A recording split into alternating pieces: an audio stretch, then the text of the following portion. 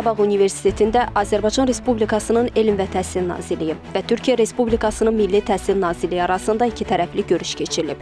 Görüş zamanı Azərbaycan Respublikası hökuməti ilə Türkiyə Respublikası hökuməti arasında təhsil sahəsində əməkdaşlıq haqqında 2017-ci il 31 oktyabr tarixli sazişə əlavə protokol və Azərbaycan Respublikası hökuməti ilə Türkiyə Respublikası hökuməti arasında peşə təhsili sahəsində əməkdaşlığa dair 2021-ci il 19 fevral tarixli protokola əlavə protokol imzalanaraq qüvvəyə minib. Hər iki sənəd iki qardaş ölkə arasında təhsil əməkdaşlığını yeni keyfiyyət mərhələsinə daşımaqla ortaq layihələrin icrası, müəllim tələbə mübadiləsi, kurikulumların uyğunlaşdırılması və peşə təhsili sahəsində birgə təşəbbüsləri əhatə edir.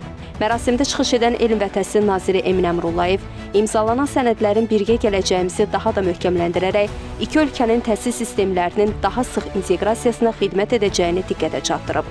Türkiyənin Milli Təhsil Naziri Yusuf Tekin çıxışında Azərbaycanla təhsil sahəsində əməkdaşlığın Türkiyə üçün prioritet olduğunu qeyd edib. Qeyd edək ki, görüş çərçivəsində nümayəndə heyəti Qarabağ Universitetinin fəaliyyəti ilə yaxından tanış olublar.